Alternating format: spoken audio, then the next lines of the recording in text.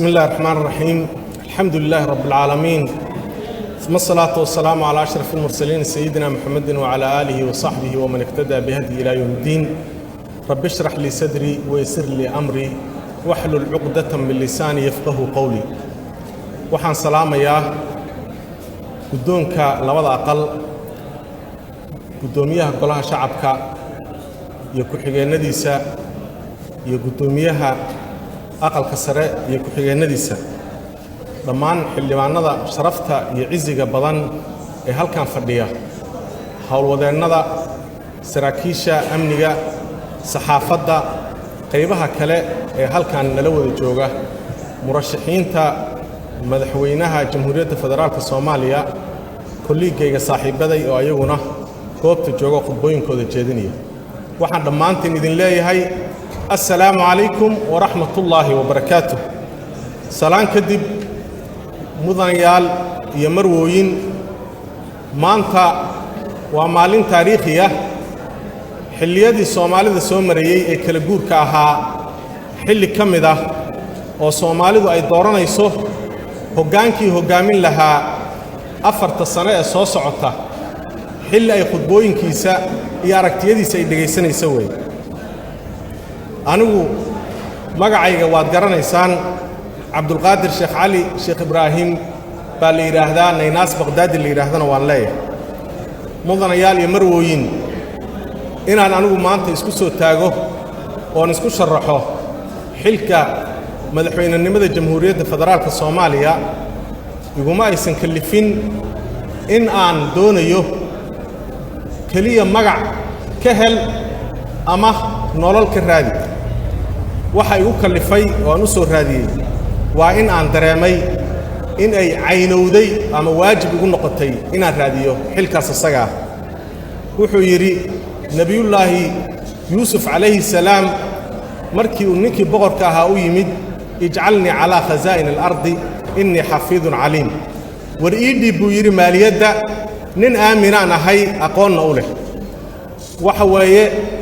maanta waxa soddon iyo laba sano baa dalku wali wuxuu baadigoobayaa hogaankii hogaamin lahaa hogaanka hogaaminaya dalkaani tilmaamo iyo sifooyin buu u baahan yahay madaxweyne in la doortaahi way sahlan tahay madaxweyne dal walbaahi wuu hogaamin karaa laakiin Soomaaliya madaxweyne xukumo ma baahna Soomaaliya waxay u baahan tahay hogaamiye haga maadaama uu sanahayn dal xasilan maadaama uu sanahayn dal faqri ka baxay maadaama uu sanahayn dal horumar higsanaya ee uu yahay dal dhiigu uu qulqulayo dib u dhac iyo faqri iyo dhibaato ay jirto waxaan dareemayaa hogaanku afar sifo oo u baahan yahay afarta sifo inaan leeyahay wuxuu u baahan yahay khibrad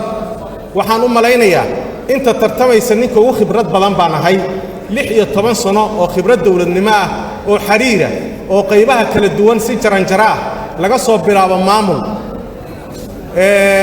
xeer dejin 13 sano aan golaha baarlamaanka aan ku jiray xildhibaanadii igula jirayna ay garanayaan dowrkii iyo ruulkii aan ku lahaa ilaa xeeroosaadka baarlamaanka ay u bixiyeen Baghdadi Borobert waxaan leeyahay khibrad fulineed oo ilaa 3 xukuumadood baan ka soo mid ahaa waxaan ka shaqeeyay oon khibrad ku yeeshay state house-kii ama madaxtooyadii qaranka intaasiba khibrad igu filan baan u leeyahay dawladnimada Soomaaliya khibrad iyo garasho igu filan baan u leeyahay dadka Soomaalida khibrad iyo garasho igu filan baan u leeyahay dalka Soomaaliya khibrad iyo garasho igu filan baan u leeyahay diinta maalinta aan dhaaranayo on leeyahay waxaan ku dhaaranayaa magac Ilaahay inaan xilkayga guto si daacad ah oo danta dalka iyo dadka iyo diintu ay ku jirto waxaan garanayaa waxaan u dhaartay waxa ay yihiin laakiin qof aan diintii garanayn danteeda kama shaqayn karo dadka qof aan garanayn dantooda kama shaqayn karo dalka qof aan garanayna dantiisa kama shaqayn karo walaalayaal waxaan isweydiiyay war hogaanka maanta Soomaaliya u baahan tahay ma khabiir dhaqaalaha hogaanka ay Soomaaliya u baahan tahay waa noociis ma mid maxaan ku raada arrimo bulshaa hoggaanka Soomaaliya maanta u baahan tahay waa qof dareen amni leh xis amniye leh Soomaalidu waxay ku jirtaa diilin gaduudan waa dal amni ahaan aan u xasilnayn siyaasad ahaan aan u xasilnayn maxaa hortaagan amniga dalkan caqabada ugu weyn oo hortaagani waxa weeye waa argagixiso xambaarsan fikir xaq jira sidaas darteed waxay u baahan tahay qof dareen amni leh oo garanaya abaabulka iyo hogaaminta ciidanka iyo sida loo kacdoomiyo oo loo kiciyo oo looga horgeeyo cadawgooda oo dhisi kara waxa la yiraahdo al-aqiida al-askariya ciidanka aqiidadiisa yaani dareenka cidda uu la dirirayo cid awood u leh inay jihayso ciidanka si uu guto waajibaadkiisa qaran sidaas oo kale waxay u baahan tahay cidda lala dirirayo fikirkeeda cid garanaysa laba dagaal baanu maanta galaynaa dagaal waa mid military midna waa mid aragtiyeed dagaal fikriya waxaan ahay qof dareen amni leh oo dagaal military ahaan u abaabuli kara dalka waxay Soomaalidu tiraahdaa nin beelnow ah nin dhintay iyo nin dheer buu markhaati gashtaa waxaa ka mid ah baarlamaanka oo maanta hogaaminaya gudoomiye Sheekh Aadan Madoobe 2010kii Makal Mukarrama dawladda Soomaaliya oo dhaafila oo amisom ay hor joogto ciidamadiina aad ay u kala daateen in badan oo kamidana xaq jirku uu naga tashkiilsaday markii aanu nimid ee ciidankii hubkiisii xabadiisii dib noogu soo jeedsatay baan waxaan abaabulay dhalinyaro tiro badan oo fikir wanaagsan leh si tadawucana diyaar ugu ah inay la dagaalamaan xaq jirkaasi argixisadaas arinta ayada ahayd 500 oo ciidan ah ayaan gudoomiyaha maadaama xildhibaan ahaan u keenay dawladdu procedure-kii baa ku dheeraaday xabadii culayskiina waa nagu sii batay waxaan dhalinyaradii iyo rag culumaaba aan ku qanciyay inay argagixisada ayagu ay ku bilaabaan maadaama ay dad mutadawiciina ay yihiin waxay sababtay ilaa Makal Mukarrama xabadii hoosteeda ka bilaabatay wadada wadnaha markay tagtay dawladdu dareen heshay dadkii ayaga ahaana ay qaramaysay dibna ay hoggaan ugu samaysay rag dhaga badan ay ka mid ahaayeen walaalayaal maalintaas ilaa maanta waxaan u taagnaa in la helo ciidamo mukhlisiina oo daacada oo fikir wanaagsan xambaarsan oo argixisada la dirira taas ayada marka waxaan dareemayaa intaan hadda joogay oo systemkan ku dhex jiray maalintii 14 Oktoobar qaraxii u dhacay waxaan aad iyo aad baan uga danqado uga xanuunsaday aragti baan waxaan u soo bandhigay madaxweynaheena hadda jooga waxaan u sheegay dhalinyarada Soomaaliyeed inay xamaasadaysan tahay abaabul baan sameeyay xildhibaanadii maalintaasi dadka dawladda ka warqaba way garanayaan ciidankii 14 Oktoobar ee aniga oo aanan ahayn nin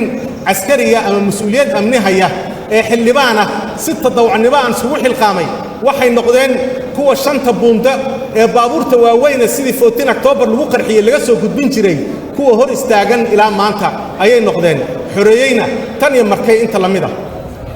dareenkaas asaga ah marka oo amni baa igu jira dareenkaas amni marka wuxuu keeni karaa oo aan istareensiiyay inaan ahay qofka kaliya awoodda u leh inuu haraambay ku qaado oo uu abaabulo oo hiiro u noqdo bulshada Soomaaliyeed dhalinyaradooda si ay u gutaan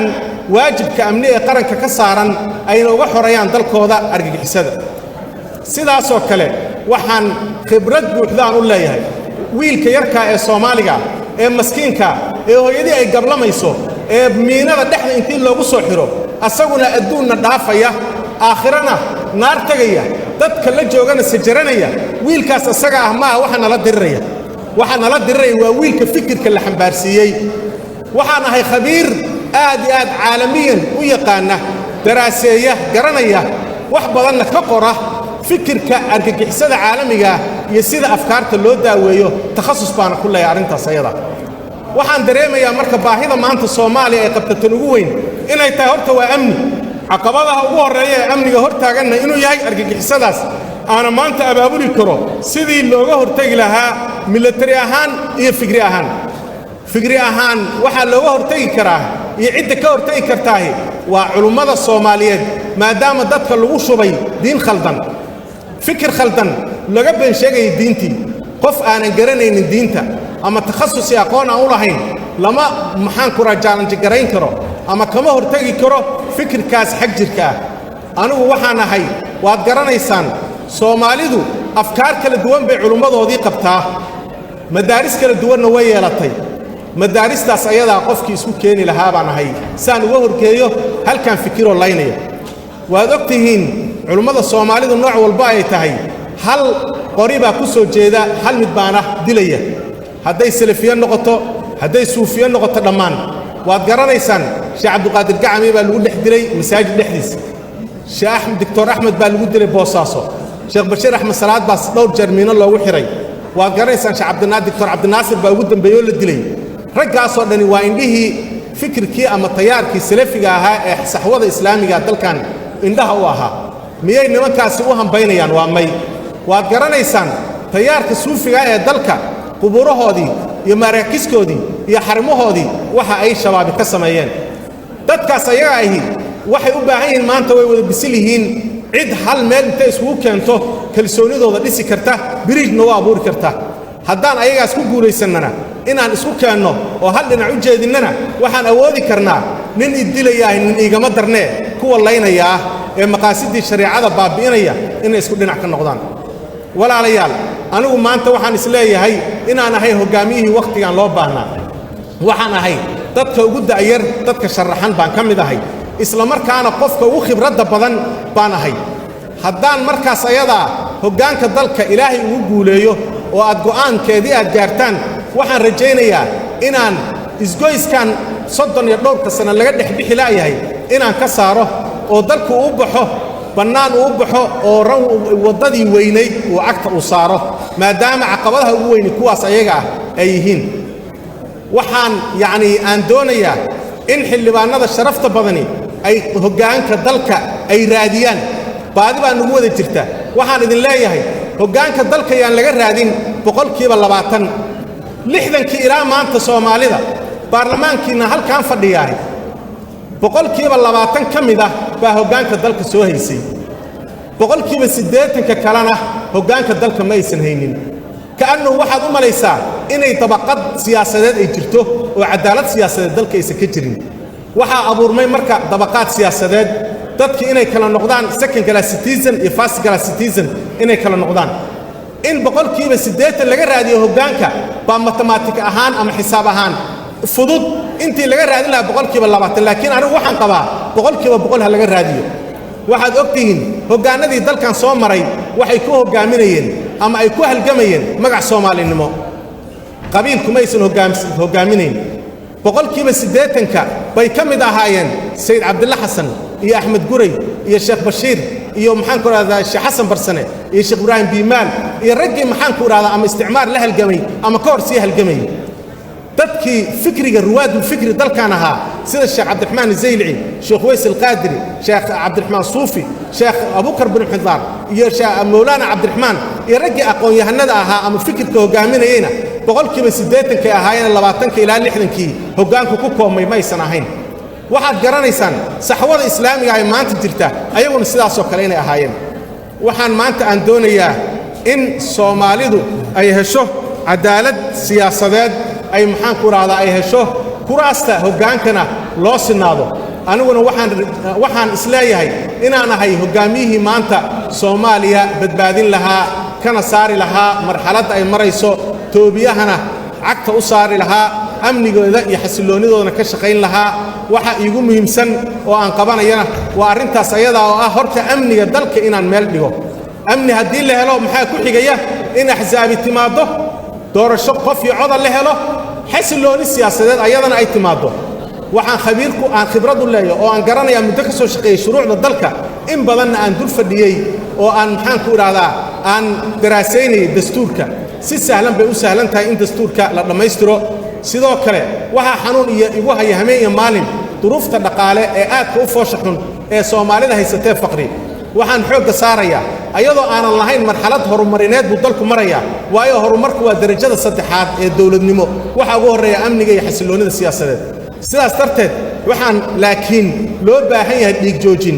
qoysas aad sabab u ah oo gacantooda dhulka taalo dhibaataysan baa jira inta aan meesha joogo waxaan isku dayayaa qoysaska ugu saboolsan ee khadbul faqriga ku jira ama dilinta faqiirnimo meesha ugu hooseysa ku jira ee hameen maalin xaafaduhu ay u qaaraamaan oo xanuunka badan ugu haya maadaama aan bulshada aad ugu dhex jiran ka warqabo inaan